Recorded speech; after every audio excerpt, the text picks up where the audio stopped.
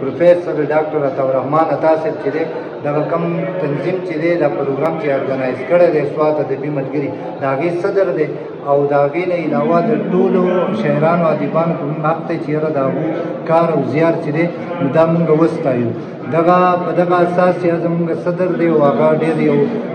خواریکښ انسان دی ډېر لوی کار یې کړی د پښتو ادب لپاره چې د هغه څومره کنټریبیوشن دی هغه د ستاینې وړ دي نو موږ دغه کولی شو چې شاعر ادیب لا درناوی ورکولی شو نن د هغه د دوو کتابونو د مخکتنې دستوره وه چې زموږ د تنظیم د سوري د لاندې وشوه او ډېر زیات خوشحاله یو چې د هر مکتبه فکر خلکو په دغه دستوره کې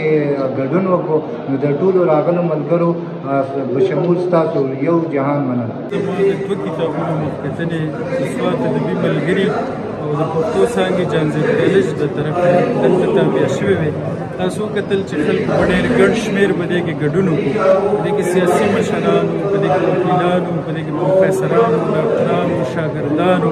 شاعرانو ادیبانو صحافیانو او د ژوند د مختلفو شعبو سره تړلي خلکو ګډون وکړو ډېره زیاته د خوشحالۍ خبره ده چې دلته د کتاب کلچر ورو عام کېږي خلک خپلې ژبې سره خپل ادب سره مینه کوي او په دغه مینه باندې راځي دستورو کې ګډون کوي زه ډېر خوشبینه یم